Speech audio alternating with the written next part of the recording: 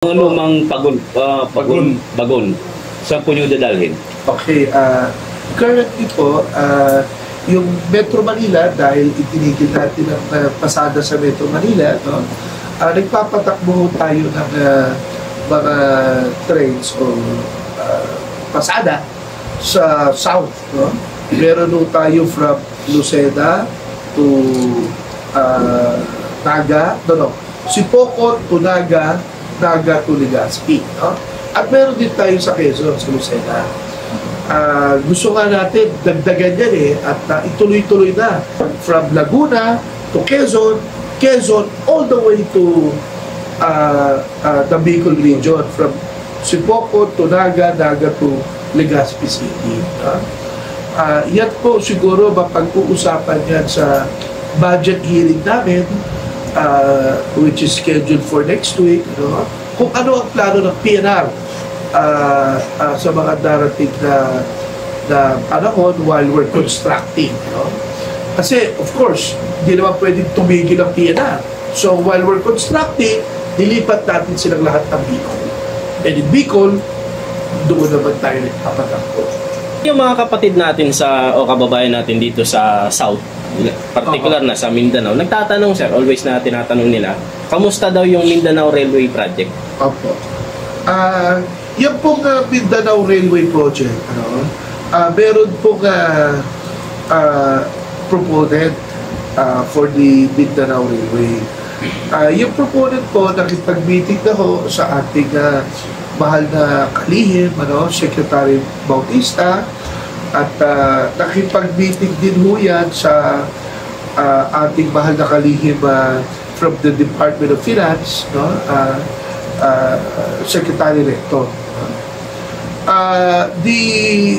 The proposal is currently being evaluated. Kasi yun, dadaan din yan sa different agencies like the DEDA, and then aakyat ho yan sa PNR Board for final approval. Pero, siyempre, pinag-aaralan at sisiguraduhin na yung project is viable. And it looks like it's viable naman. In fact, nung nasa Mindanao ang ating mahal na Pangulo, he was the one who mentioned that he wants to do the Mindanao Railway, yung from Davao to Digos to I'm not sure yung areas in Davao, but Davao del Sur to Davao del Norte. Tagum. Oo, Tagum. So, in order ng ating mahal na Pangulo to look for funding, for the Mindanao project, meron na, may nag-propose na, inihintay na lang yung evaluation once it's approved, at least the funding source, then that's when we start to construct and move forward with the project. Sana sa lalong madaling panahon. Kailangan po yan ng mga kababayan natin sa Mindanao. Ilang porsyento na po ba ang nagagawa mula Tutuban hanggang Clark? At kailan po ang partial operation o full operation po? Dito sa Tutuban, hindi pa, in fact, nag-uumpisa construction. But from Valenzuela to Clark, over 60%, close to 70% finished na ho yan. In 2 years, kasi election time na, next year election, by end of next year or early 2026, matatapos ho yan. And mag-i-inaugurate ho tayo sa phase 1. Hopefully, we can start running trial trains by then. Alam po ninyo, mahirap mangako at mahirap magsalita ng tapos, pero sa nakita ko, konti na lang, matatapos na Nakikita nyo naman na kung nagagawin ko kayo ng Bulacan at Pampanga, tingnan ninyo, halos patapos na hanggang Valenzuela. Siyempre, mahirap magsalita, lalo na baka mamaya, ako ang anuhin ng mga tao, pero nakikita ko malapit na at excited kayo, excited ako, excited tayong lahat especially yung mga sasakay. Chairman, yun nga pagkagandahan sa may parte ng Clark, no, sa may part natin panorte. Oo. Halos yung station doon tutok doon sa airport, Clark Airport, Oo. ang ganda. Yes. Kaya nga po, talagang sinadya ho natin yan na i-align sa Clark Airport at meron po access, no? From the Clark Airport to the Clark Station para madali na sumakay ang mga kababayan natin sa Clark Airport at madali rin na sumakay sila sa Clark train station para makarating sila ng Maynila. Ang talagang ginagawa natin dito, we need to decongest. Even the airports, we have to utilize regional airports in Clark, gumagawa yata sila in Bulacan, and in other places. Even the airports, not only do we need to modernize the airports, but we need to strengthen the viability of the regional airports. Ako nga, iniisip ko, why not even the Subic Airport, dapat i-utilize yan sa SBMA. Ako po, tiga-Olonga po ako, there was a time na ginagamit talaga yan, nung time na Pandemic. nung time na adjunct pa yung Base. Oo.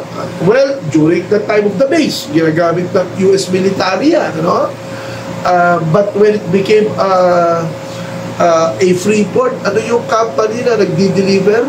FedEx. Ginagamit was being utilized by FedEx, so sana ma-utilize more yung mga regional airports ng Pilipinas and katulad halimbawa pupunta ka ng Legazpi, pupunta ka ng Bicol, napakatagal ng biyahe. Alam niyo po ba na from Manila to Legazpi City, Bicol, magbabanayo ka o sasakay ka ng bus 12 oras, baka hindi lang. At medyo lubak-lubak pa yung daan. Ay hirap talaga, kawawa pa kababayan natin. By train, mabilis yan. Yung mga current bago natin, iba ang condition yan, still, it's better. But if we can do the modern train system also in the Bicol region, then I think it will be a big help to our kababayan sa Bicol. Hindi ko yung matigil ang pasada dito. Ilan po bang mga provided na masasakyan? Alam ko mayroong alternative na masasakyan ng ating mga kababayan. Ilan po ba ang provided? Meron po merong pin-provide kami ng mga buses. Flies around the streets of the PNR routes na apektado at these buses serve the affected routes of PNR nung magsara kami. Pati yung ridership namin, which is siguro nasa mga 20,000, a little over 20,000 passengers. Marami yung yan. Before, every 15 minutes, dumadaan yung mga yung mga buses na yan. Sa ngayon, baka nabawasan dahil depende sa mga areas kung saan maraming sumasakay. Kung saan maraming hindi, kung saan konti na lang ang sumasakay, baka nabawasan na dahil may mga other modes of transportation naman na available doon sa mga areas. Chairman, ano mga amenities sa loob ng bagon? Itong bago, meron bang mga coffee or restaurant? Itong malayong travel? Amenities lamang, ang may papangako ko, itong mga trend po na itong malilinis, air condition, Conveniente. convenience, comfort and convenience for the people. Pero habang ako po ang chairman dito, I'll make sure na they are well maintained. Hindi po tayo papayag na dumating ang panahon na maluma yung mga trend na yan, hindi ako papayag. At babaho, hindi ako papayag na babaho, luma, yung mga banyo, madumi, yung mga istasyon natin na no. Mga chairman, ang gusto niyo parating sa ating mga kababayan, bilang isang pasahero at isang namumuno, maging disiplinado tayo lahat. Katulad ng sinasabi ng ating mahal na Pangulo, maging bagong Pilipino para sa bagong Pilipinas. Yes, sir. Bagong mukha, bagong pag-asa sa bagong Pilipinas. Yun. Alam po ninyo, mga Pilipino, disiplinado naman tayo. Nariniwala ako dyan dahil pag nasa ibang bansa tayo, sumusunod tayo sa rules and regulations. Dito sa Pilipinas, basta ipapatupad lang, lahat susunod. Walang VIP treatment, walang special treatment. Lahat pipila. Kung sino ka man, pipila ka. No? Inumpisahan na ko yan. Ginagawa na kayo yan. At we have to keep these facilities clean. We have to keep the passenger traffic orderly. No? And we have to maintain our trains in the best possible way. We have to keep it safe and secure. Bago pumasok sa mga istasyon, meron mga x-ray machines, no? Titignan kung bawal magdala ng baril, obviously, bawal magdala ng mga kutsilyo, whatever, no? Kasi gusto natin ng mga pasahero natin, they're not only comfortable, they're not only conveniently seated in those trains, but also that they're safe and that they're secured, no?